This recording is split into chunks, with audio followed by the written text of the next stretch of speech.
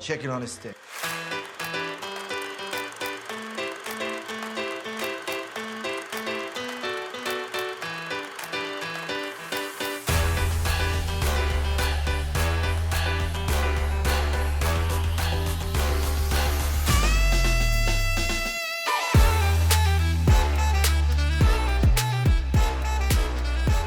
Hi, I'm Patrick, I'm Maggie. and we are Chicken on a Stick. Welcome back to another episode. Welcome, welcome. Today we're talking about my choice, which is kind of just I looked at our movie shelf and went, what do I want to do? Oh yeah, that sounds good. It's a lot of movies. And it's 2011's Attack the Block, Attack the Block. which I've seen a number of times. I definitely know I showed Maggie at some point, but she's totally forgot about it. So this is basically a first viewing. Yeah, I do not remember this movie whatsoever. So we will get into it to talk about the movie in just a second. Yep. What are you doing? We need to go down. I ain't going down. There's too many things down there's out to get me. Get me. Tuesday, bear police, crazy gangsters, or fucked up monsters down there. Okay, good. Let's not go down. Where can we go? We're going to Ron's weed room. What's Ron's weed room? It's a big room full of weed, and it's Ron's. It's good. It's good. It's like Fort fucking Knox up there. Okay, so Attack the Block. Before we really dive into it, to just kind of go over a couple things. It's a 2011 British science fiction comedy horror film, written and directed by Joe Cornish. This is his feature film debut as a director. Starring John Boyega, Jodie Whittaker, and Nick Frost are kind of the three biggest names out of this. Right. John Boyega would go on, not too long after this to be in the Star Wars sequel series, as well as a number of other things. Jodie Whittaker, most famously, a couple years ago, was a Doctor Who in the Doctor Who franchise. Yeah. Don't ask me about it. I don't watch it, so I don't know anything other than she was in it. And then Nick Frost, very famous from his collaborations with Edgar Wright and Simon Pegg in the Cornetto trilogy of Shaun of the Dead, Hot Fuzz, and At World's End. See, I love those movies. Those are really good movies. Yes, they are. So this movie is very interesting. It's got quite a few other names in it of young actors who, again, in 2011 were basically nobodies at the time. A couple of them, this is their only credit, or they've done one or two other things shortly after this and nothing since. Yeah. The one that stands out the most to me, and I'm probably going to mispronounce his name, is Franz Drama. He went on to be in the CW Arrowverse shows, where he played one of the characters across a couple of different shows. Fire something. He was in Arrow, Flash, Legends of Tomorrow. All that stuff. Yeah, so he was all over those things for a while. Outside of that, Joe Cornish, like I said, this was his first directorial debut. He, before this, in the same year, alongside Stephen Moffat and Edgar Wright, wrote The Adventures of Tintin, which was an animated movie that came out that same year. And then he also co-wrote with Edgar Wright, Adam McKay, and Paul Rudd the first Ant-Man movie. And then he would go on to direct a movie called The Kid Who Would Be King in 2019. And he's done, his newest thing is something that either came out earlier this year or is coming out this year. I think it came out in the beginning of the year, called Lockwood & Co. It's a Netflix TV show of some sort. I don't know anything about it just because we don't really watch too many TV shows. Nope. So we're a streaming household. Yeah. So those are his credits. Now, as for this movie itself, just kind of give a little quick synopsis on it, because there's a little bit of information here that's kind of fun to know that you would not really pick up in the movie, or if you're not from England, I suppose, probably wouldn't really know this information either. But the film centers on teenage street gang who have to defend themselves from predatory alien invaders on a council estate in South London on Guy Fawkes Night. Now, if you're a dumb American like we are, you might go, what the fuck is a council estate? Speak for yourself. Do you know what a council estate is? Yes. What is it? I lived in England, remember? Okay, yeah. Do you know what a council estate is, though? Yeah, I knew that there were fireworks. What? No? A council estate, and do you think fireworks? Oh, I thought you were... Never mind. Yeah, it's like Section A. Section 8? A. 8. Oh, yeah, 8. Um, Stop correcting me. So, yes, the quick look up, basically it's British public housing that's built by local authorities and was established in 1919 from the Housing Act of 1919 and lasted all the way up till 1980. And then they haven't really built many of them since. It just kind of looks like a giant apartment tower, basically, but there's supposed to be some shops and stuff in there. And some other things like that. Yeah. Now, Guy Fawkes Night, definitely more familiar for people if you've watched a little movie called V for Vendetta. That movie's pretty centric about Guy Fawkes and all that stuff. Another good movie. It is also where, if you've ever heard anybody on the internet on November 5th say, remember the 5th of November, that's also where that comes from. Basically, its history begins with the events of November 5th, 1605, when Guy Fawkes, a member of the Gunpowder Plot, was arrested while guarding explosives the plotters had placed beneath the House of Lords. So, basically, they wanted to blow up the House of Lords and all that sort of stuff. Right. Revolution, woo, Woo! or something along those lines. Who knows? So that kind of explains the setting of the movie, because the movie...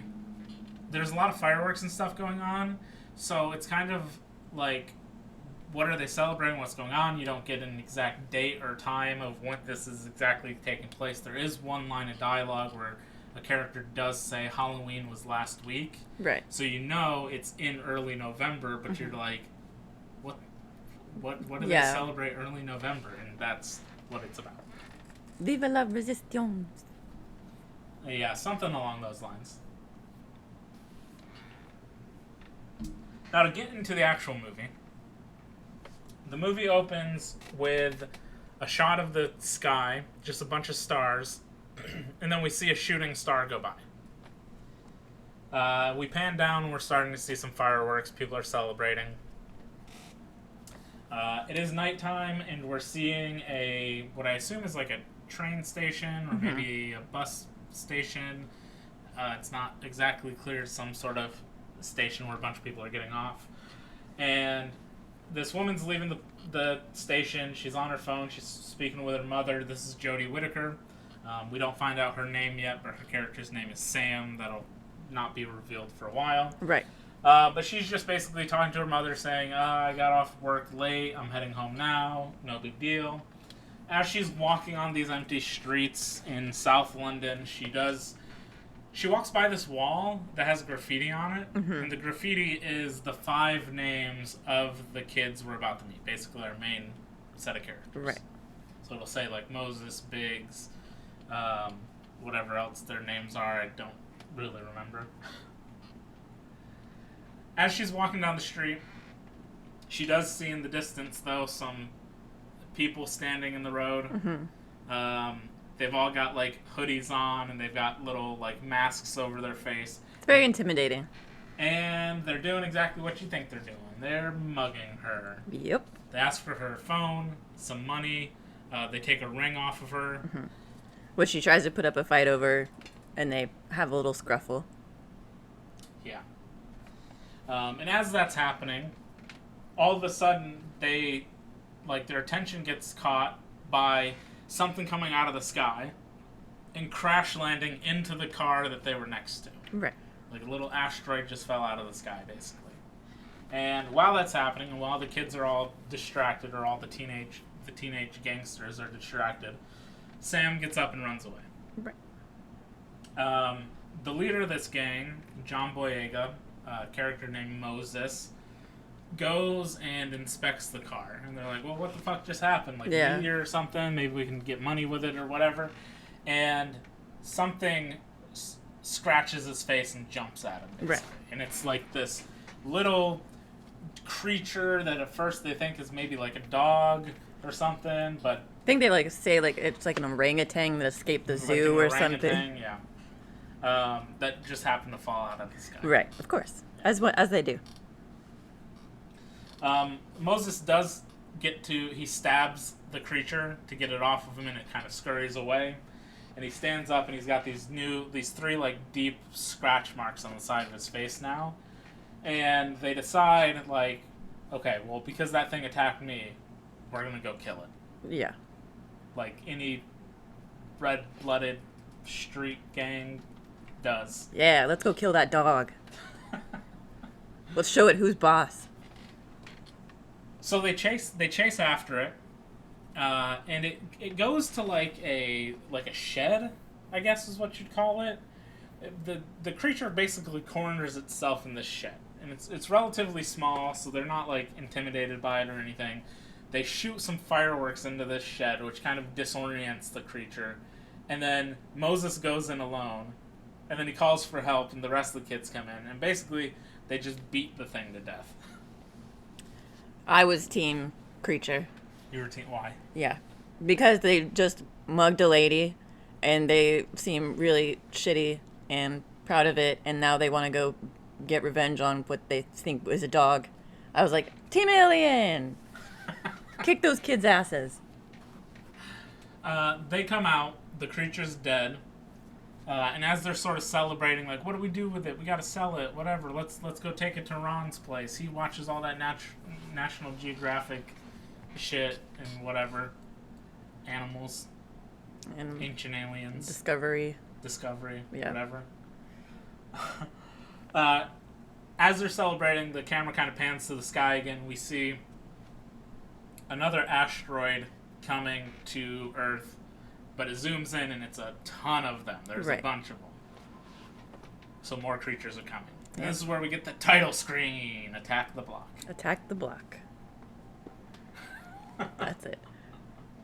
I'm also, throughout this, I'm going to show you what kindness and like how you should carry yourself if you may or may not agree with another person. What does that mean? You piped up a lot during Midsummer, so I'm just I'm just gonna be polite. Well, the point of this is to have a discussion, so you can jump in and share your thoughts and say whatever you want to say. Okay. I also, if someone if anyone tried to mug me in the streets, especially a group of kids, I would laugh so hard. What are you gonna take? What? If they pulled a knife out on you? Oh, you're just saying you don't have anything on Yeah, I don't have jewelry. I don't carry. No one carries cash anymore. You probably have more in your bank account than I do, so help me. You help me. you? You're gonna try and mug them? Yeah. Fucking kids, get out of here. Somehow I feel like that approach won't work. Take my shoes off and throw it at them. Easy. Yeah, make it even worse. Heathens. Okay, then. We catch up with Sam, who's getting back to basically her apartment complex. As she's walking in, this elderly woman stops and asks if she needs help, takes her up to her apartment, gets her some water, asks her what's happening, and she basically says, I got mugged by these kids.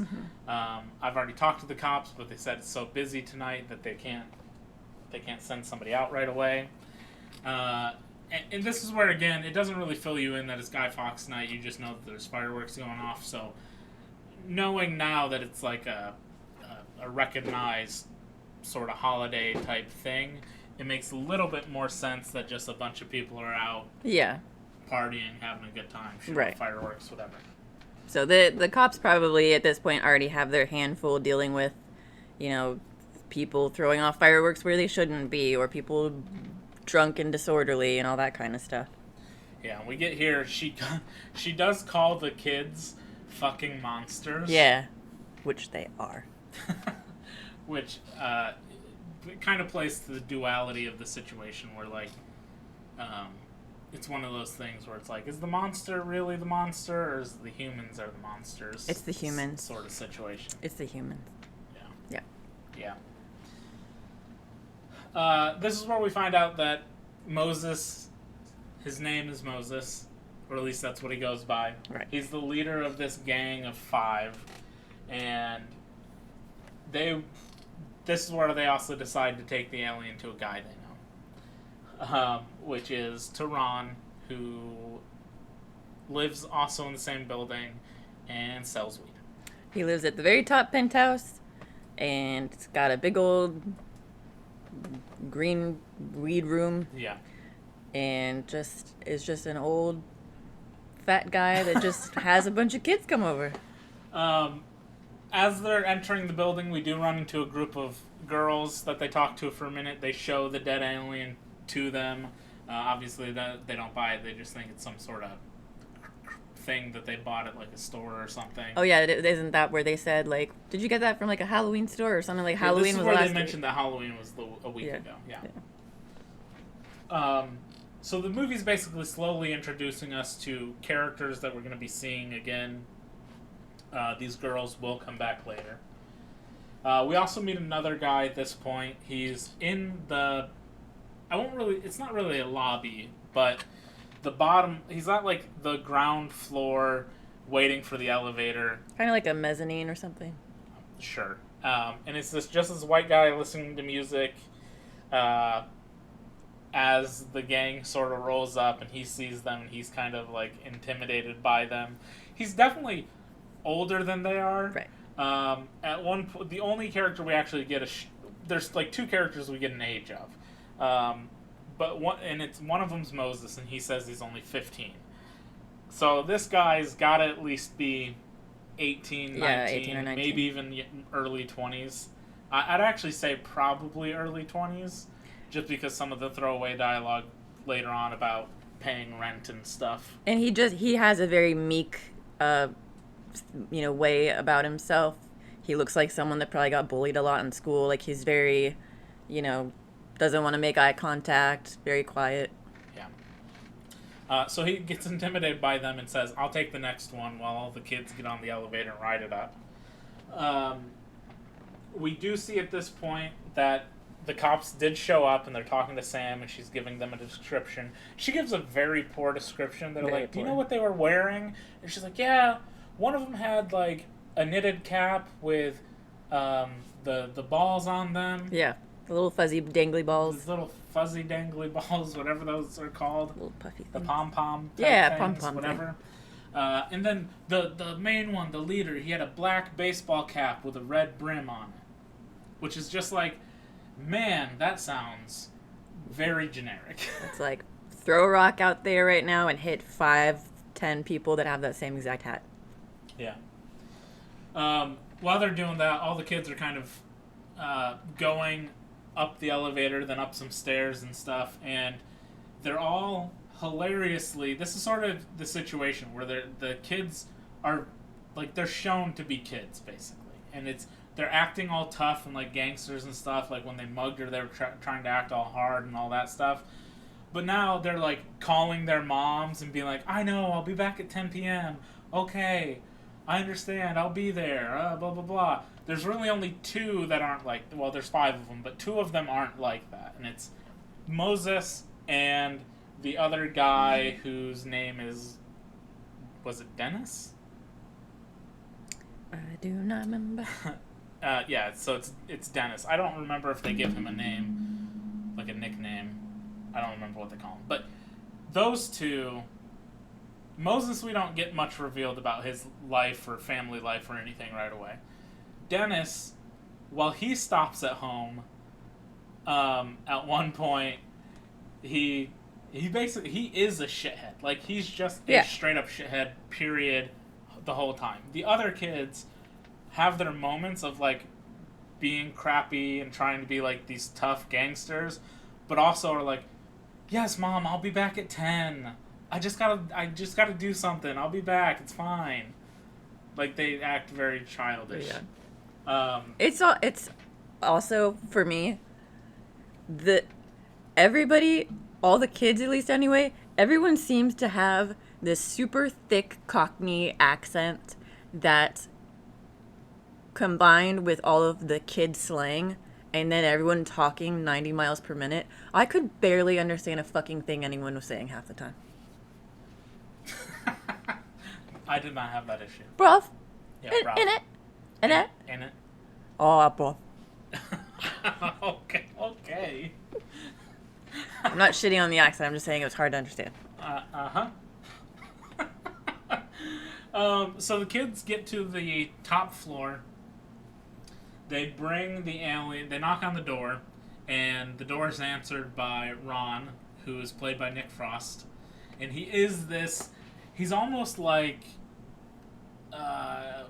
He's in like a tracksuit that's like half unzipped. He's got like the wife beater on. He's got like a gold chain. His hair is like greasy looking and kind of like shoulder length, but parted in the middle. It's not a good look for him. He looks kind of what you would say like a, kind of like a stereotypical overweight gangster kind of look to it. Yeah. But he's there. He lets them in. Did you ever see Pineapple Express? Yeah.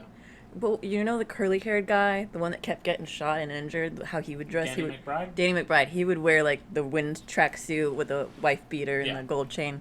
That definitely reminds me of that now. So they get inside, and in the room, the white guy we saw earlier is there. We'll find out later his name is Bruce, I believe. So he was there to buy weed. They're talking to Ron. They're all just kind of sitting around the table, chit-chatting like, we killed a fucking alien. Maybe we should sell it. Maybe we go to the news. We go to the tabloids. Where can we get the best money from? It's just these kids coming up with like... One of the kids says, eBay! Yeah, so they come up with dumb schemes to try and make some money off of this thing. And Moses, being the only one who actually has like any sort of intelligence, like brains between them. A loose term. No, he's relatively In clever comparison to them, his I cohorts. guess. Yes. Okay. He asks Ron if they can keep the alien there. He wants to put it in the weed room because that's the most secure place in the block.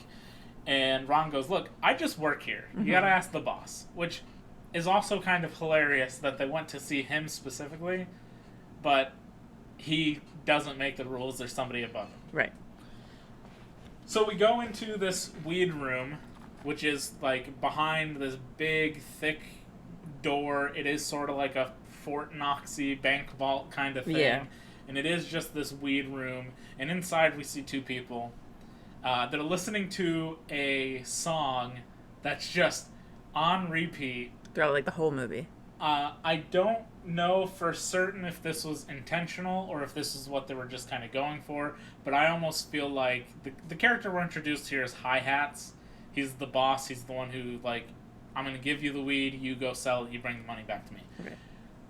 From his character appearance and the fact that he listens to this same song twice, it doesn't sound like a lot, but there's not like a bunch of characters listening to music throughout this. Right. So the two times where people are actually listening to music, it's him and he's listening to the same exact song. I almost got the feel that like it's his song. Yeah, that he did. And he's trying to be like a gangster rapper while doing the drug stuff on the side and whatever. Yeah. And it is an awful song. Yeah. Although it is also stupid catchy because it's like blah blah blah. So stupid.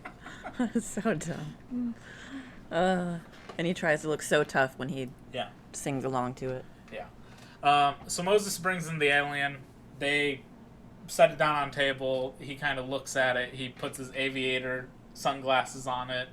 And then he's like, look, I don't give a shit about this stuff. Do whatever. But then he goes, look, you're old enough to start selling for me. So here's some white stuff.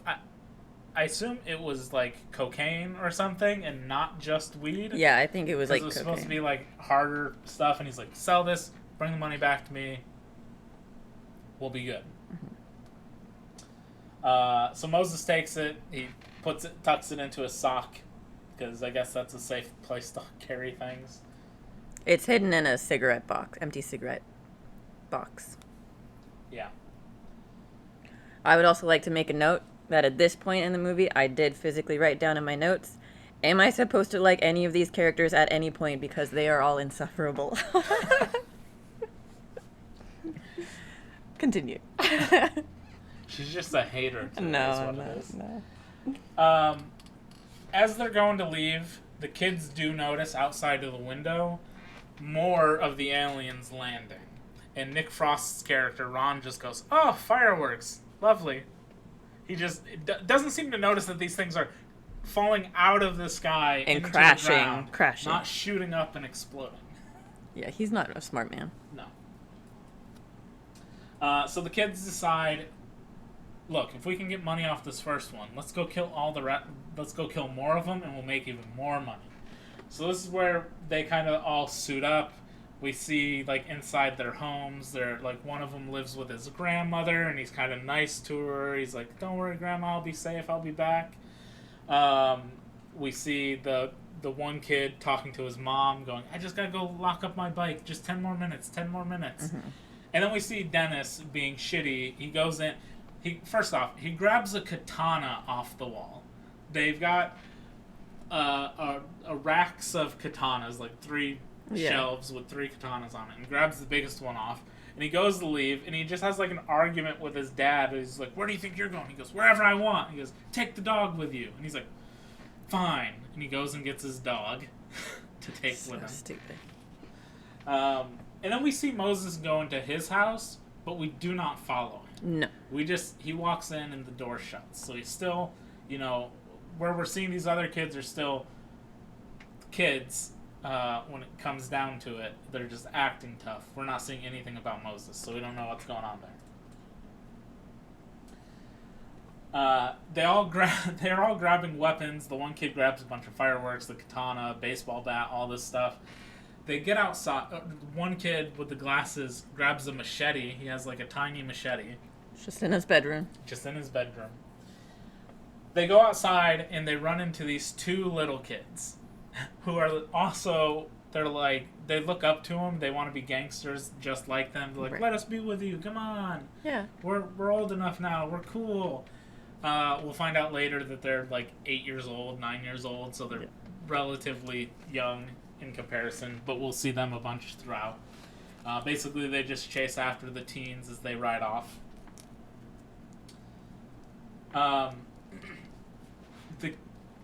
The gang does get to a crash site. It's in like a park. You see like the tree that it crashed through. The branches are all like Everything's disheveled. not melted or anything, but it looks like something really hot went through them because the edges are like singed or still burning, basically. And when they walk up to it, they're like, "Yo, this thing is 3 times bigger than the thing before," because it looks, there's like a black sort of ball type thing that it looks like it came out of, and they realize that it's much bigger, and they're like, "Okay, let's not, maybe we don't fuck with it." Yeah. And just at the moment, one of them does notice something off in the distance, like, it's right there. Yeah. And then the dog, being a dog, unlike Max, unlike our dog, chases after it. Oh, yeah. Max would never chase after The dog runs up to like this playground in the distance over a little bit of a hill, so you don't get to see what happens. But you hear the dog going and barking, and then we see this figure drop down from the top of like a jungle gym thing, and you hear the dog go, "Arr!" Ooh, They killed the dog. that made me mad. Why'd you have to take the dog? Dennis wants to go get revenge, so he's ready to start going towards where the alien was with his katana. What was the dog's name? Bogo? Pogo, maybe? Pogo? Something with a P. We see the figure now off in the distance. It's like shadowy, it's black, it's off in the distance, you can't really tell. And they see something glowing, they're like, "Oh, I can see its eyes." And Moses goes, "I don't think those are its eyes." And it roars, and it's got like 3 rows of very sharp, glow-in-the-dark blue teeth. Yeah. And it makes a very, it's like, was it like a screechy sound? It's like a screechy sound, yes. Little raptor-ish. Yeah. But yeah, it's just a big silhouette and then glowing teeth. Yeah, so they see that, and they decide to run away. They're like, "No, fuck that. That thing's huge. Let's get out of here." They run away. As they're running away, the cops show up. The cops who are interviewing Sam show up, and they're in the little, like, cop van. And they capture Moses. They handcuff him, open up the back of the van. Sam's in there. And Sam's like, that's definitely him. Yeah, and they find all the drugs on him. They find he's got a knife. Then the phone. Yeah, so they're like, oh yeah, we've got a couple things to take him down for. So they throw him in the back of the van. They move Sam to the front so that she's not, like, sitting in the back with him. And as they're doing that, Sam notices in the rear view mirror, or in one of the side mirrors, something moving behind all the cars. And the other kids are up on, like, this little like a bridge walkway bridge thing, kind of watching. Like, one of them shouts, like, yo, fuck the pigs, or whatever it is. And Sam's like, you know, the rest of them are right there, right? Yeah. She, like, points them out, and they just, like, duck down. But they notice the one coming down the street, but also there's one up on a roof across from them. So now there's at least 2 of these creatures. Dun, dun, dun. Now, as the cops are sort of calling it in, one's sitting, like, right outside the passenger side of the vehicle, which would technically be the driver's side for us, but because it's in the UK, it's the passenger side. I had to remember that. Yeah, good job. The other one's in the back. He, like, just shut the back of the van, basically. And he hears something, and he turns around, and all of a sudden one of the aliens jumps him. Just bashes him against the wall, jumps him. Yep. He's done. The other cop hears that and starts to go towards the back, and he gets jumped. So both the cops are killed. Yeah. Sam doesn't really exactly see what's going on, but knows something's going on. So the van starts getting shaked and, like, attacked by these creatures again. She hasn't really seen them, so she doesn't know what the fuck's going on. Just knows something is happening. The other kids are like, okay, well, we've got to save them. So one of them pulls out this huge-ass firework thing. It's like a big cylinder. Careful, bud. Of something that they light, and he throws it, and it rolls and lands perfectly under the police van and just starts shooting fireworks all over the place.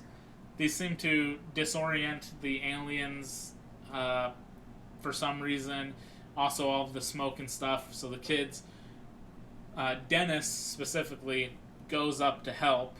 Also, it's good to note, too, that while all this is happening and Sam and Moses are in the thing, he's like, open the door and let me out. And she responded the exact same way I would. Fuck you. Yeah. No. Your ass can stay right in there. Yeah.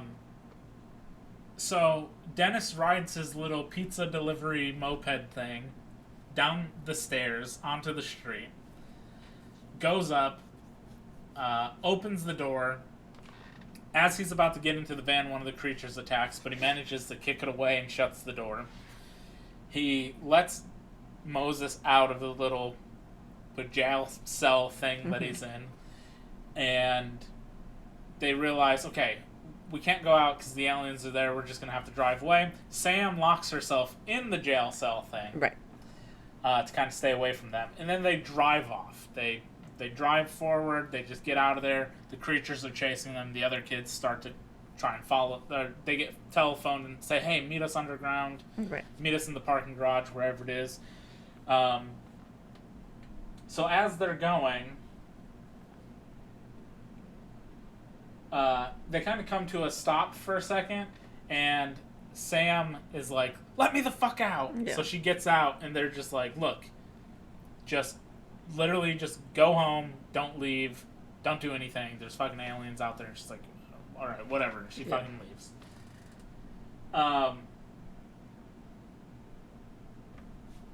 As we cut then to the white guy we saw before. He's walking down the side of the street. He's got a bag of goodies, so all the, like, weed and stuff that he bought. And he clicks his car key fob clicky thing. The key fob, yeah.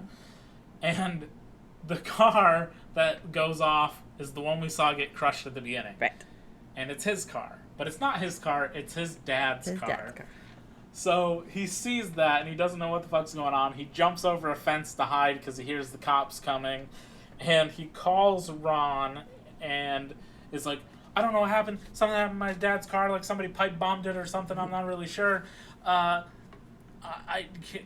just need to come back up there. And Ron is at his window on like the top floor using binoculars, just looking around, going... Surveying the area. Going, no, there's no cops, you're good, come on, come back up. Yeah. Just, do people do that on, like, high-rises, high up? Probably. You just have binoculars and, like, stare out your window at things? I mean, probably more so if you're a big drug dealer and keeping an eye out on who's coming and going. That's true. At this point, the kids again in the van, they're going again into like a parking garage place, and as they're going down, they crash into a car. And in the car is Hi-Hats and his Little henchman guy. And they all get out and they kind of have like this little standoff, and Hi-Hats has a gun pulled on him, like, what the fuck are you doing? And the one kid in the group just straight up explains everything that's happened that night. Right. And Hi-Hats is like, you want me to fucking believe there's aliens? And I just love the response of him going, if we were going to lie to you, we'd come up with something better than aliens, bruv. Right. It's aliens. But him pointing the gun at this group of kids because he's mad that they accidentally hit his car was very silly to me. And he's very threatening, like, I'll shoot you right now. You're going to shoot a bunch of kids? Really? Why not? You're a gangster. So stupid. Get some street cred. I killed a bunch of 10-year-olds. Wow. They're not 10. Whatever, you get my point. As they're doing this in the standoff, the kids notice... Well, we hear the screech of an alien. So there's one down there. And they notice it on, like, the ceiling coming up behind them. And they're like, dude, there's an alien literally right behind you. Yeah. And the henchman totally turns around to look. Yeah. And Hi-Hats is like, you think I'm going to fucking fall for that? And he's like, yo, there is something on the roof back there. Hi-Hats turns around. It falls, like, just behind his car, so you hardly see it. So he sends this guy to go get it. And he's like, hell no. And then he points his gun at him, too. He's like, okay. The henchman goes to check it out. Nothing's there. But in this little alcove thing, we see the teeth shining. Right. And it attacks this... And this dude's huge. This He's guy's a big guy. A very big man. And the thing knocks him to the ground, rips his throat out. Hi-Hats sees this. Hi-Hats starts to shoot it. As that's happening, all the kids take their chance and deuces. Book Piece it out. Good to know, too, that Hi-Hat was Mr. Big Shot. Everybody be afraid of me. He's, like, all of 98 pounds and, like, short and scrawny. He's the most unintimidating person. He kind of reminds me... obviously, he's supposed to be a more, like, you take him serious kind of character, but it's also comedy. He sort of reminds me of the main character from Malibu's Most Wanted, physical appearance-wise. Yeah. He's this scrawny dude who's wearing, like, the baseball cap and, like, a wife-beater tank top type thing, and he's trying to act really hard and stuff. And he's supposed to be, like, everybody's kind of, like, they kind of listen to him and whatever, because obviously he like runs the roost there sort of thing. But yeah, it's also Hi-Hats is a stupid name. That is the dumbest I'd never thing. be able to take you serious with that name. And again, that goes back to why I think when we're hearing the ba ba ba blah blah blah that it's his song is because also his name is Hi-Hats, which is the cymbal on a drum set. Oh. I didn't know that. Hi-Hats. Ah. Yep. Yeah, he looks like an idiot. Yeah. As the gang takes off, they do get attacked by another alien. They're all on like a moped and a bicycle and another sort of moped thing. And as they're running from it, they get split up. They're kind of in pairs of twos, and they sort of get split up. On the bicycle, like they fall over at one point. One kid jumps into a trash can, the bin. The bin. He jumps into a bin to hide away from it. The other one kind of gets on his bicycle again and just kind of takes off. The others all sort of manage in one way or another to make it again to sort of the front door of these apartment places. And Moses gets there first, and he has like the door open, and then like Dennis is there, and Dennis, they do this cool thing which is kind of clever, and it's like they must have done this sort of shit before, because Moses rides up first, gets off of his, opens the door, holds the door open, and Dennis rides in right after and jumps off of his moped to hit the buttons on the elevator to try and do it like as quickly as possible. Right. Then the kid with the bicycle shows up. He's got the glasses too. And then the kid with the fireworks comes running. And he's running as fast as he can with the creatures behind him. He gets in the door and they shut the door. But the creature is so strong that it breaks through the door and bites the kid in the leg. Yeah. Chomps right on him. Chomps right on his leg. They manage to break him free. They don't know where Biggs is. Biggs is the one who jumped into the trash can. Right. Sorry, Ben. And they get into the elevator and they ride the elevator up.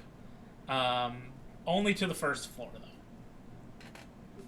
As they're getting out of the elevator, Sam happens to live on the first floor, and she's going into her apartment, and they see her, and in probably, like, I get it, they're sort of panicked and rushing because they're being attacked. They don't know where one of their friends is. Their other one just got bit in the leg. Very assholey, like, force themselves into Sam's apartment, basically. And also, let's look at this through Sam's eyes. Because she got mugged, she got stuck with them, and then now they're bum rushing her, pushing her into her own apartment. Like, she's having a really bad day. She's not having a great night. It's not a great... And you don't know what's going through her head. Her hands are shaking when she's trying to get in the door. She's like, well, what are they going to do to me now? You know? While they're in there, they're all just kind of talking. This is another really good scene that I like, where they're, like, Dennis and Moses and some of the other kids are just kind of talking and saying things. And because they're all, like, 15-ish, and she's probably mid-20s or something, she went to nursing school, so that probably took a few years. They say things, and then she quickly corrects them or says something else, and then they're just like, I don't know. Yeah. It's like a very defensive, like, kid thing to do. Very much so. So it again shows their, like, true colors of, they'll say one thing, but then when somebody says something else, they're like, oh, whatever, I don't know. I don't care. I felt like they were still so shitty to her, even though, you know, she's... I don't know. I feel like the way that they talk to her, and they keep referring to her as a narc because she pointed them out to the police for something bad that they did to her. Yeah. Like, fuck you. They ask her to help with their friend's leg because they did realize she was a nurse earlier when they were going through her stuff. She refuses because of what they did to her. I'm not gonna fucking help you. The dialogue goes something along the lines of, like, you can help him then. And she goes, no, I'm not gonna help him. They're like, but why? And she goes, what do you mean? You know why? You mugged me earlier. That's why. Idiot. She also doesn't believe their story about aliens. Again, even though she was there and basically part of an attack, she didn't really actually see the creatures. Although, I feel like if you're somewhere and there's something, let's say you had police around you, and then all of a sudden the police are dead or gone, and then things are banging on, like, the roof of the vehicle you're in and leaving, like, dents and stuff, I might think that maybe there's a creature or something. So she does end up helping to patch his leg up as best she can with what she has. She goes to get the phone at one point to call, like, for help, and they take it from her thinking she's going to call the police. She goes, I was going to call for help. He needs to go to a hospital. But they don't want to do that. So she patches it up the best that she can, all while the guy with the leg is kind of flirting with her the whole time. Yeah. Asking, like, hey, you look pretty nice. All throughout the rest of the movie, he flirts with her. He has this weird, like, kid crush, I get the impression of. Because at one point, she's using a small cosmetic scissors to cut his pants. Oh yeah, this is what it was. She cuts his pants so that she can access the wound better, and he's like, I can take them off if you want. I have some real nice boxers on. The- Calvin Klein, fresh today. Fresh today. She's like, no. Which is such a weird thing to say.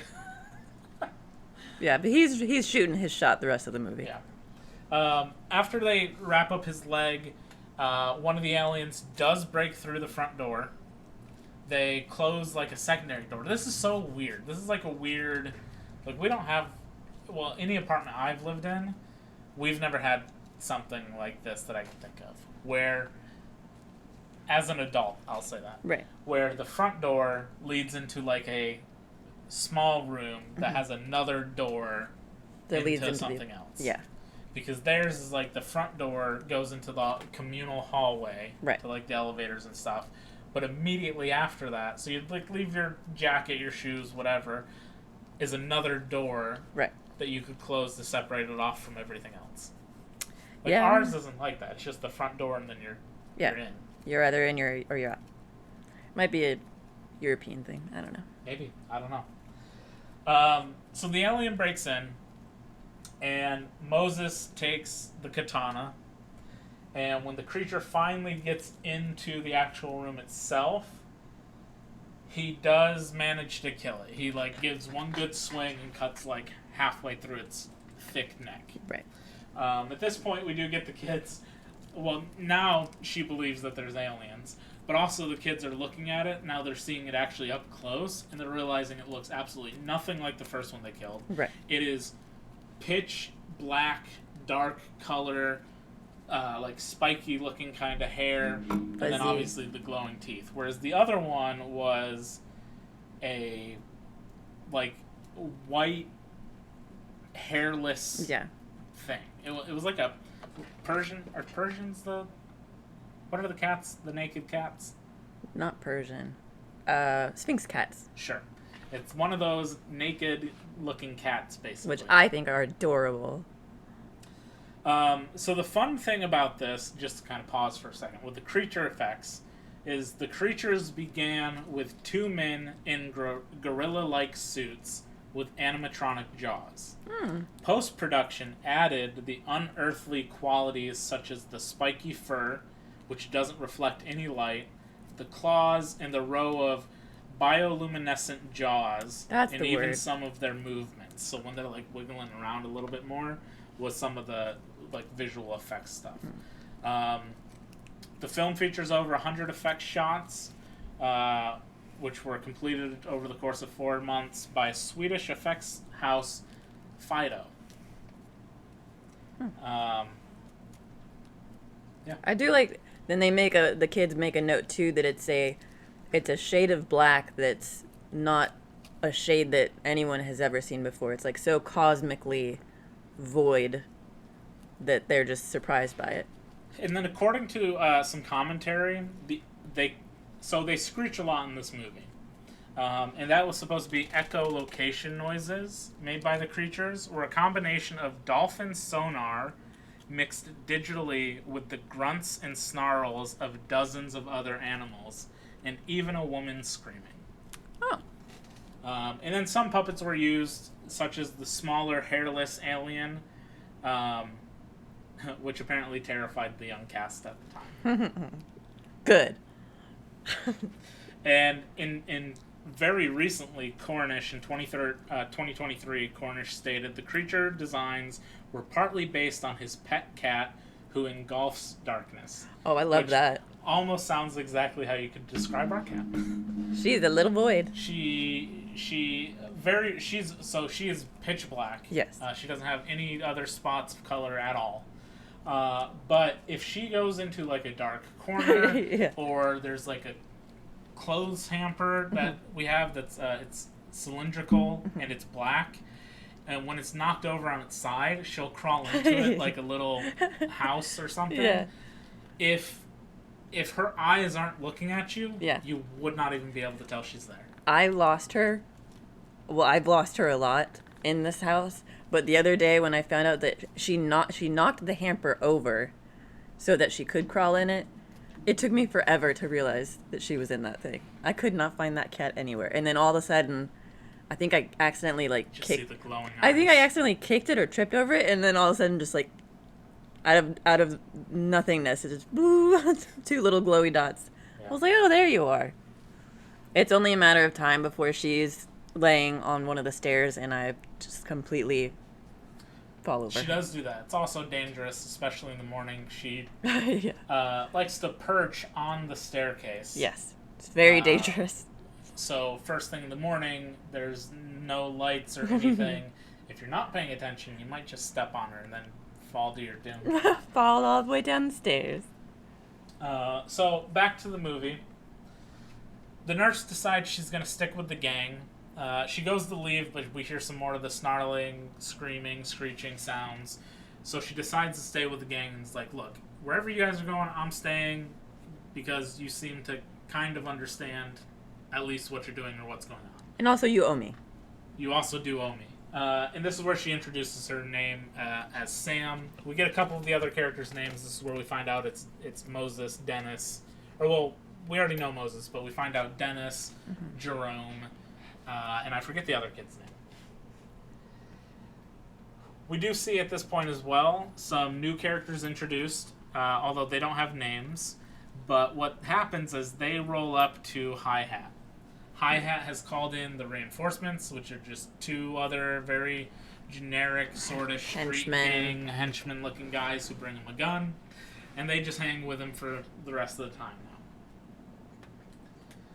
now. Their friend is still alive in the trash can. He manages to get a phone call out to Dennis, and is like, "Yo, I'm in the bin. Remember, I'm in the same one when I hid from those guys trying to beat me up that one time. Yeah. But I can't move because there's a creature literally standing just right out in front of it who keeps bumping into it. So he knows he's there." And then the gang goes to another apartment, which is the apartment where all the girls they met earlier are. The girls let them in. The girls, again, like everybody else, don't believe anything they're saying about aliens. They just think they're talking crazy.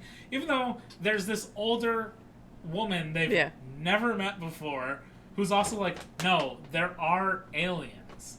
Don't mind that noise. It's our cat who engulfs darkness. Speaking of the void, she heard her name. She's decided that she wants to lay on top of a paperback. But yeah, I also like at one point one of the girls was like, "And who's this lady? I don't know her. I've never seen her before. Was this your math teacher?" No, yeah, they make a joke about, "I didn't know you were going for your maths teacher." Yeah, your maths teacher. Controversial, I'm sure, but the fact that they say maths drives me crazy. Yeah. Maths? I could get it from a sense of like, you're learning sort of multiple mathematics subjects, like geometry, algebra, whatever. But it's all just math. Well, I one time went to... Like, it's mathematics. I went to like the little convenience store where I lived when I was out there. And I remember I was trying to buy something, and in my head I was trying to figure like the conversion rate or what like the the coins were. And the lady was like, "What? Don't you know maths?" And I was like, "No, I don't." Also, while they're in there, Moses gives this very sort of powerful like speech that is kind of it really informs his character a bit and why he kind of does what he does or feels the way he feels, and especially kind of it gives a more powerful moment towards the end of the movie. But he gives this speech saying, like, he's not even sure that they are aliens. It could be something that the feds or the government did because they're the ones who first put drugs into. We hear this in other things, but like the government put drugs into the black communities to cause violence and then try and get them to kill themselves. And that's what Moses is saying. Is like, they put in drugs here, it didn't work. We're not killing ourselves fast enough, so they made these things and sent them here to do the job. Right. And then everybody just kind of laughs at him. It's like a very poignant speech that he's giving, that like there is sort of a message and something to it, but it's undercut by the rest of the movie just being like, they're like, shut up, man. Yeah, whatever. These are aliens. There's the government didn't send these things. From this point, we do see one of the girls goes to look out the window, and there's two of the creatures just on the window. Yeah. And they all back up, and then Moses is there, and Dennis is there. And Moses has the katana, and Dennis is taking a baseball bat, and he grabbed this little gun from one of those kids earlier, thinking it was a real gun. Which everyone was surprised. Oh yeah, because Sam was like looking at him, and he's got like a little revolver, and she's like, "Is that a real gun?" Is that a real gun? You're like, Yeah, yeah. they don't let the kids speak or anything. They don't say yes or no. Oh. They don't say anything. And Dennis they wrestle it away from him. And at this point, Dennis has it, and Dennis aims it at the window, and he goes to shoot it, and it's just a pop gun. Yeah. It's a toy gun that just goes psh, psh, psh. And when they do that, the creatures bust through the window and attack Dennis. And unfortunately, Dennis, the shittiest character, even though he's wearing like a motorcycle helmet, they bite onto the helmet and rip his head off. Yes. And throw it through one of the doors. Over the girls' heads. Yeah. So one of our central cast is dead. He's gone. At this point, one of the girls takes, like the main girl, she grabs a nearby lamp, like a Standing lamp. I guess, smashes the light bulb while it's still plugged in, and uses the electricity coursing through it and stabs, prods one of the creatures. Yeah, she's like cattle prodding it. Electrocuting it. So it comes after her, gets into her bedroom, her and another girl are in there. They throw a sheet over it. The one girl's still prodding it and beating it with the lamp. And the other one grabs an ice skate off of like a bookshelf or something and just starts stabbing it with the blade of the ice skate. Smartest thing in the movie so far. While they're taking care of that one, the second one is coming after Moses, and he goes to lift up the sword, and he stabs it right through the wall and gets it stuck. And as the creature's getting really close to him, Sam, who grabbed a kitchen knife, stabs it in the bottom of the jaw, killing the thing and saving Moses. So now they're kind of even-ish. I guess. As far as like saving each other at least once. Yeah. They realize at this point also, one of the girls more cleverly says, those things were coming after you, Moses, and not anybody else. Like, they did not care about us until we prodded it. They were going after you. So they're after you, specifically. Probably because you killed the small one at the beginning. Right. So they kind of realize maybe they're trying to look for that one, so we need to go and get that one. Right. I did have a feeling throughout the movie, I was like, how come we're not hearing other people getting attacked? And, out of all of the apartments in that building, they're all swarming to the one window. Nobody, and this could be like a cultural thing or something, but I know certainly if we were sitting in here and we heard some crashing or something happening outside, you would go right to a window, open the door to find out what's happening. You're damn right I would. I am the nosiest MFer. Yeah. I am in that window all the time. Yeah. I'd be the first to see that. Can't get nothing past me. So they all decide to leave the apartment. The girls are basically just told, get out of here, just go, get far away. As the gang is leaving and Sam's deciding to stay with them, Hi-Hats shows up in the elevator with his two goons, and he starts to shoot just aimlessly in this hallway. And again, this is where people in their other apartments, I mean, I guess if I heard a gun, I wouldn't want to go outside, but no one else is what the fuck's going on out here? The kids end up getting away, but as they do, one of the creatures comes walking out of the room. And it it's Hi-Hat sees it, the other two goons see it. The two guys with him just book it back to the elevator. Yeah. Hi-Hats kind of shoots a little bit. but also ends up running back to the elevator. And as the elevator door's closing for them to escape, the creature makes it inside of the elevator with them. I'm sorry. I just found this sequence. I couldn't. The Hi-Hat knows that there's aliens. He's Yes. seen them, and yet his priorities are so fucked that he's still trying to come after these kids for getting into a fender bender with him. Like, read the room. Stop. Why are you shooting at kids? Why are you trying to take it out on these guys? Like, there's no denying that the aliens aren't there, so you're. Yeah. Number 1, kill kids. Number 2, the world is under attack. Yeah. Idiot. We then cut to, we see Biggs is still in the bin. He hasn't moved. We also see the girls have escaped the building complex. They've come running outside the front door. We then see the white guy is leaving Ron's again. He's just strolling down the hallway, and as he's doing that, the gang and Sam run into him, and they hear the sounds, and he's like, what the fuck's going on? And they see all these creatures like down the hallway. So they all stick together, and they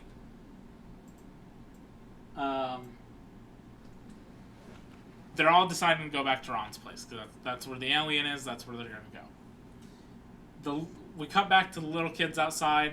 They've got a super soaker still. They're still trying to find these aliens. They kind of want to be big kids on campus.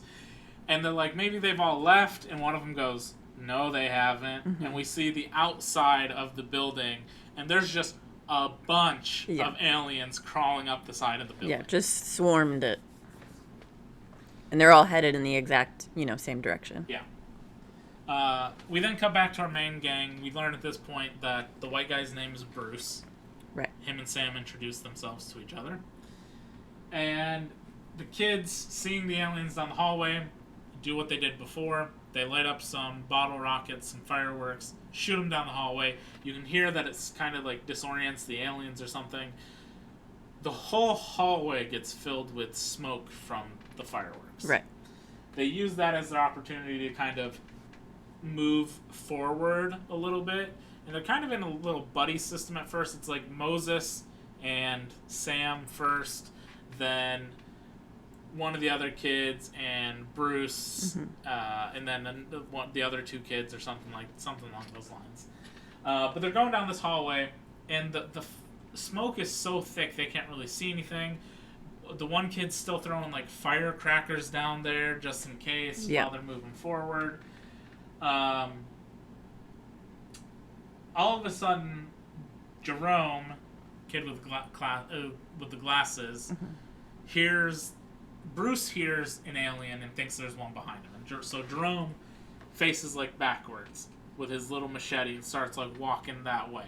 Instead of just sticking with his friends and keep going, he decides to like go off to try and get one on his own. He ends up tripping, dropping his machete, pulls a whole Velma thing of like, I can't see without my glasses. Right. He's got his glasses on, but he can't see because of the smoke. He finds like bars in front of a door and gets up, and he's kind of like, let me in, hello guys, where are you? And then he gets attacked by an alien. Another one bites the dust. The kid who got bit hears this. He goes back to try and get Jerome, and as he's going back, Jerome kind of crawls forward a little bit, and he's all like got cuts and stuff, and he's like, help me, and then he gets dragged backwards by the creatures and killed. That's it. So teenager number 2 dead. Yep. We do see at one point that Hi-Hats did survive the elevator. He comes up out of this elevator completely covered in blood. His 2 goons had died. Yep. And he just goes to Ron's. So we know he's at Ron's while everybody else is trying to get there. The team does get to Ron's, and when they're let in, Hi-Hats is there holding them all at gunpoint. Did you say too how he knew that they were there? How who knew that they were Hi-Hat. because he ask the two little kids, like, do you know where they are? I'm gonna help them. Yeah. Like, he tricked them into telling him where he was. So that was earlier. We did miss that part. While they were at the girls' apartment, the two kids saw from the outside the aliens break in, and Hi-Hats asks where they were, and they point to that room. That's how he found them in the hallway the first time. Right. He just goes back to Ron's because maybe he's tired of all that shit or whatever. It's like a weird, happy coincidence that they all just end up there. So while Hi-Hats is holding them at gunpoint, everyone's sitting there like, dude, you don't understand. Like, we have worse things to deal with than this right now. Like, relax. There's aliens. You've seen them. You know this. He doesn't care. He literally tells Moses, like, I was going to make you. Like, I was going to bring you in. And then you crashed my car. And it's like, bro, how many people have died to these things? Like, nobody cares at this point. But Moses, everybody notices behind him, his big window, there's, like, 7 of those things outside, and they're like, they're behind you, and he's like, I'm not falling for that. He's like, Idiot. They're behind you. He also makes the dumbest comment about basically being like, I don't care about any aliens. This is my block. I run this. Yeah. They're not gonna take that from me. Like, okay. And then they all bust into the window and attack him. This is probably the most violent kill we see in the whole thing. Yes, it was. The throat rip was pretty graphic, but this one almost feels sort of like an homage to, like, Day of the Dead or Dawn of the Dead, whichever. I think it might be Dawn of the Dead. Whichever one it is, there's a very famous kill where a guy opens up an elevator and there's zombies and they tear his guts out, and it's a cool practical effect where people are actually, like, digging in there and pulling out, like, intestines and stuff. It almost feels sort of like an homage to that, because he's on the ground, there's creatures all around him. We only see, like, his, maybe from, like, chest up, and then something comes over his face, and then it reveals, and, like, his flesh on his jaw has been ripped off. I wasn't expecting that. It's very brief, but pretty graphic. And well-deserved. Very well-deserved. Fucking idiot. Everybody else, while that's happening, manages to escape. They do go into the weed room, the green room, whatever it is. They've mentioned multiple times that place is basically like Fort Knox. So They figured it's safe. Nobody will get in there. They're fine. They'll just have to wait out the aliens, I suppose. While they're in there, they do, because there's no windows or natural light or whatever, they have to have, like, fluorescent lights or UV ray lights for the weed plants. And because of that, they notice that Moses is covered in some fluorescent something. Yeah, like backlight kind of thing. Yeah, like if you use the black light, it would show up, sort of thing. He's covered in this stuff. And they think that that's probably why they're all after him. And we come to the realization that, because we also see it in the alien that they killed, that they've left up there from the very beginning. You can also see it's sort of glowing. So what they come to realize is, maybe, similar to a moth, Bruce explains all this, maybe this one is the one they killed at the beginning is a female who gives off a pheromone. So they just float through outer space, land somewhere. She gives off a pheromone. The rest come to find her. Right. And what happened is when they killed her, he got covered in that pheromone. So they're all here trying to find her. Right. And he's just covered in all the stuff that's getting them. So maybe that's why it's happening. And everybody else who's gotten in the way and died, just they attacked the creature or got in the way. They probably would have fine if they didn't. Yep. They do also attempt to apologize to Sam for mugging her, saying... it's a poor apology. It's a poor apology, but they try and say, like, if we knew that you lived here, we never would have done that. Because we don't rob poor people, we just want to rob the rich people, sort of thing. And yeah, so she was like, oh, so you wouldn't have robbed me if you knew that I was living here? And that one kid that first with her was like, hey, we're trying to apologize. Yeah. We also cut back outside. We see the little kids again. We find out in that Super Soaker, one, they find where the guy's hiding in the trash bin. and they see just the one alien is just very patiently sitting there. He's like waiting him out. It's a long game. They start squirting him with the super soaker, and they light a firecracker. They throw it down there. They filled that with gas. Right. So they set the alien on fire and kill it. And as they're like celebrating and going down the stairs, like, hey, we saved you, we can be a part of it, police show up, like a SWAT team kind of police show up. They run. They also jump into the trash can with Biggs. And Biggs is like, you guys, he gives them a little respect. He's like, you guys set him on fire? Well, what'd you go by again? Probs and Mayhem? Hell yeah. And the kids like smile. They got a little recognition. They're like, yeah, we're cool too. Yeah. Back in the weed room, they're using like a UV light, black light thing to kind of check everybody, make sure nobody's covered in the pheromone stuff. Moses is like taking off his hoodie and all that sort of stuff, so he doesn't really have it on him anymore. And they've come up with this plan where Moses said, basically, I'm going to take them somewhere alone and then blow them all up. Nobody else needs to die because of me. I'll handle it. I'll deal with it. They managed to come up with this plan where Sam is going to sneak out. Since she doesn't have any of the pheromones, she should, in theory, be able to get around them without any issue.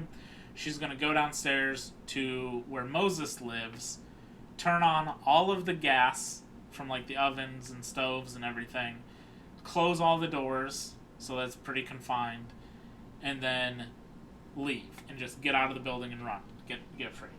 So she slowly creeps out. Oh yeah, they also give her ring back. Yeah. As like a sign of good faith sort of thing. Yeah. Moses asks the little flirty kid, he's like, give her the ring back. And he's like, what ring? Aw, man. But it's ours. So she's sneaking out. She's going really slow because, again, they don't know if this is actually going to work.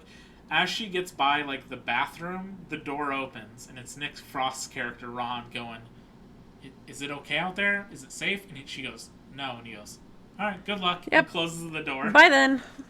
Not my problem. So she does manage to sneak past all of them. They don't seem to care that she's there. They're all sniffing around trying to find the female of their species, basically. She gets downstairs. She calls Moses on a phone. She goes into his apartment. And this is where we kind of get a look at his life, in that he practically lives alone. He doesn't really have a family or father figure or anything. He says he lives with his uncle, who comes and goes, but mostly just goes, so basically he's living alone.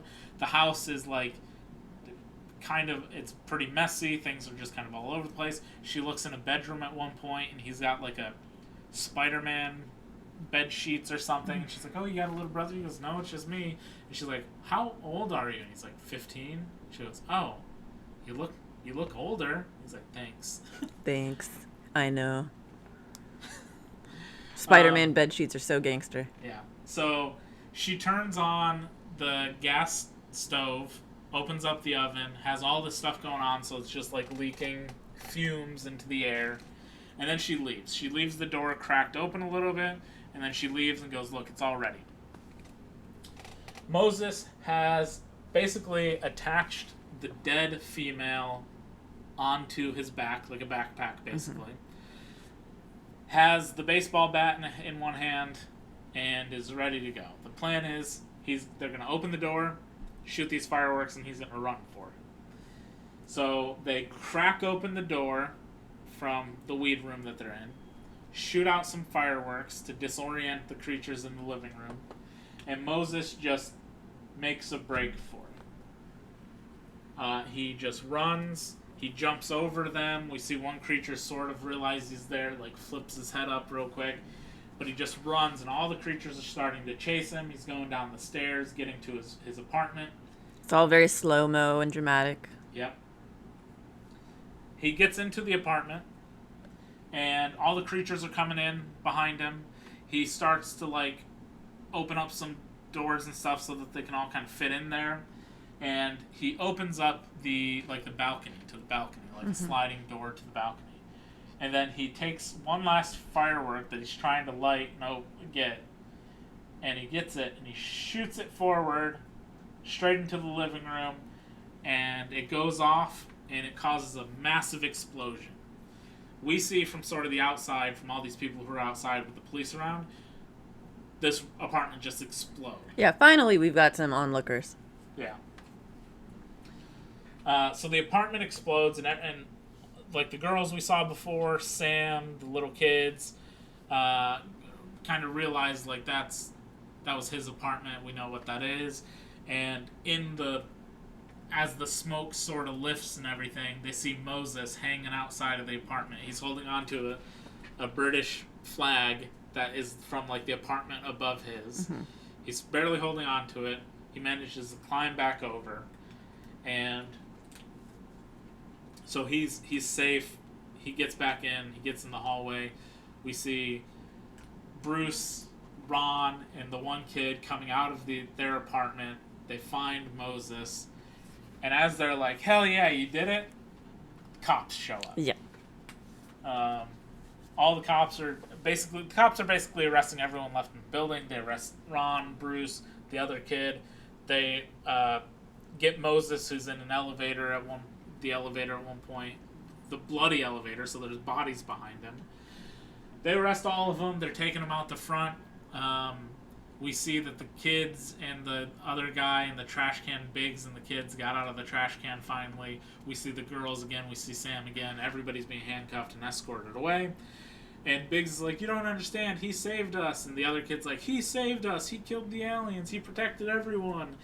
And they're all kind of getting locked into these police cars. And as they're doing it, we start to hear the crowd cheering, going, Moses, Moses. Mm-hmm. And Sam goes up to the police, and the police are like, yeah, you're the one who had the report, or these kids? And she's like, well, no, all the people you're arresting right now, like, they saved us. They protected me. They were good, and you're arresting them. And they're my neighbors. Oh, yeah, they're my neighbors. Yeah. And as the crowd's cheering for Moses, Moses is in the back of the car, or back of the van, with the other kid from his gang who got bit in the leg. And he goes, you hear that? They're cheering for you. And then the film ends with Moses giving a little smile. Yeah. Which to me reads as like he feels like he's wanted at that point, versus what we see his life is, where like he literally doesn't have anyone other than these shitty other kids that he hangs out with. I just love the fact that there's all these cops arresting these kids, and no one's interested about all the dead aliens around. No one's gonna walk over there and take a gander. Right. What is with everyone's priorities? I don't know. It's frustrating. Well, I think it's certainly a commentary on a number of things, which is like police responses to lower income places, people who aren't white, those sort of situations. Which again, the movie does try to make, it gives Moses a little speech where he's talking about like, first they gave us drugs, then they wanted us to kill each other, we're not doing it fast enough, so maybe they brought in these aliens. It's very much like those are commentaries to the plight of like not being a well-off white person in society these days. That time it was 2011, but that's pretty universal for most of history. Right. There was when they were all together in the girls' apartments at one point where Sam said, "Why don't we just call the cops?" And one of the girls said, "You know, if you call the cops, yeah, you'll probably be fine, but these guys are gonna get arrested." Yeah. Which they did mug people, so maybe they deserve that a little bit. Yeah, but that wasn't the point of that comment. Just throwing that out there. So I really enjoyed this movie. I remember when this came out. I definitely did not see it in a theater or anything, and I don't believe it did well in theaters. Just because like nobody knew anything about it. It had a bunch of people who were relatively not known anybody's, but it did very well critically, and then also practically everyone I know who's seen it after the fact has really enjoyed it. I am very surprised by that. I don't know how. I'm confident that when I showed it to you, you did like it. I don't think so. I'm pretty sure. Maybe I was trying to impress you. I did not like it. I spent most of the movie just going, what? Why? That is stupid. You're an idiot. Oh my god. This is stupid. I did like that the aliens reminded me, what's that Studio Ghibli movie that you got me to watch that had the little Spirited Away. little soot sprites? You know, the little Spirited Away. Yeah, they reminded me of that, except bigger and with teeth. I thought that was pretty fun. But yeah, I did not like the characters. My favorite characters out of the entire movie were the aliens. I was rooting You were for them. rooting for the aliens Yes, the whole yes, I time? was. Yeah. The aliens sort of, even though they don't have eyes or anything, so they're using like echolocation and all that stuff. For whatever random reason, kind of remind me of critters. Yeah, they give off critter vibes. And I think it's just the like really large mouths and that they bite people. Right. And they're furry. And they're very furry. Yeah. So you don't like it. I don't like it. I have zero interest in ever watching that again. Well, And the one thing that I thought was gonna save it at some point was seeing more of Frost. Nick Frost, because I love him. He was fuck all in this. Like he was Yeah. barely in it at all. I kept thinking like he's gonna save this for me, and then he just didn't. He's just some weird fat old guy hanging out with kids and selling drugs. Yeah. Stupid. So I think it's probably safe to say this is your least liked movie that we've done so far. My very, very least liked. I also was confused. Well, now Payback. Yeah. I don't like Midsommar. Wow. So. Yep, that's the balance. But I was also waiting too for there to be they do a scene. I don't think that you mentioned it, but there is a scene when Sam and the white guy are sitting down next to each other at one point, and he's like, oh, you're not too bad looking. Are you single? No, And no, that's the other kid. Oh yeah, That's the kid flirting with her. And she says Oh she yeah, has yeah, a yeah. boyfriend. She says she has a boyfriend. He's like, well, where is he? He's not taking very good care of you, is he? And she's like, he's He's in Ghana. He's in Ghana doing Doctors Without Borders or something. And I was waiting for that to like go somewhere, and it just didn't. Like, why? Okay. I was waiting. Like, he gave me this ring before he left. Nothing at all. All right. No, I didn't like it. I thought it was fucking stupid. It's a fun movie. I hated every kid. It's a fun time. They were so obnoxious. Yeah, they're kids. That's the.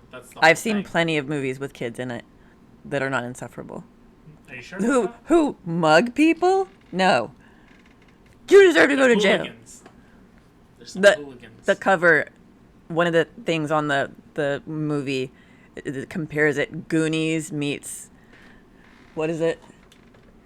Gremlins. Goonies meets Gremlins. What an insult to the Goonies. Absolutely not. You take that back. I mean, in the sense of like it's a bunch of kid friends who go on this like fantastical journey sort of thing. Shit kids. Sure. Shitty kids. I'm not saying that they're not shitty kids. I agree that they're mostly shitty kids.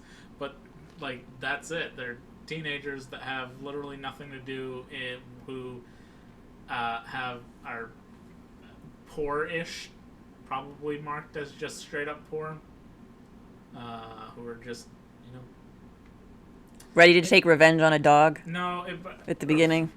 Remember when they thought it was a dog? Yeah. You remember that? It's definitely a commentary to it's like nature versus nurture thing. Like nobody's born bad or whatever, but when you put people basically in slums and you don't provide for them and whatever, that kind of shit happens. I understand that, but also I hated them. That's okay. You win some, you lose You some. can't like all of You them. can't win them all. I would watch this 100 times before I'd watch Midsommar again. You're crazy. I enjoy this movie. It's a fun little alien movie. It's got fun little moments. It's There enjoyable. was one part that I did laugh at, which I was laughed at they going to Ron. yeah Ron's weed room. What is Ron's? Yeah, weed Sam. room? She's like, okay, so where are we gonna go? And one of the kids are like, oh, we're gonna go hide in Rom's weed room. And she goes, what's Ron's weed room? And he goes, what do you say? It's a room. It's a weed room, or it's a room with weed, and it's Ron's. And it's Ron's. I'm like, okay. The way he said it was really cute. Anyway, I would suggest everybody watch this movie, or give it a watch if you haven't watched it in a while. Maybe your opinions would be different, but I've always enjoyed this movie, and it's 12 years old at this point. Yep. Yeah, it's pretty old. To each his own. I'll take it. That's better than nothing, I suppose. But yeah, thanks for listening to us ramble about this movie. We'll be back again next week with a pick of hers, which hopefully won't be as bad of a viewing experience for me. Yeah, we'll see. We'll see if I get revenge, force you to watch something again, or are we just gonna keep playing tennis back and forth of movies? But I mean, if we were playing tennis, I think this is match point. You just totally missed your swing. I don't think so. But thanks for listening. You can, whatever you're listening on, if you can leave a comment, review, rating, whatever it is, we very much appreciate it. You can find more episodes from our past on there. Go listen to those. There's 12 other episodes, I think. Maybe 13. I don't quite remember what we're at, but we're definitely in the double digits. Go listen to the Midsummer one. It's the best one. Yeah. But yeah, thanks for listening. You can find us on other socials at COAS_podcast. Instagram, Facebook, that sort of thing. YouTube, you can find us there. And just give us a follow. Leave us some comments or likes, things like that. Yeah. And we'll see everybody next time. See you next time. Bye. Bye.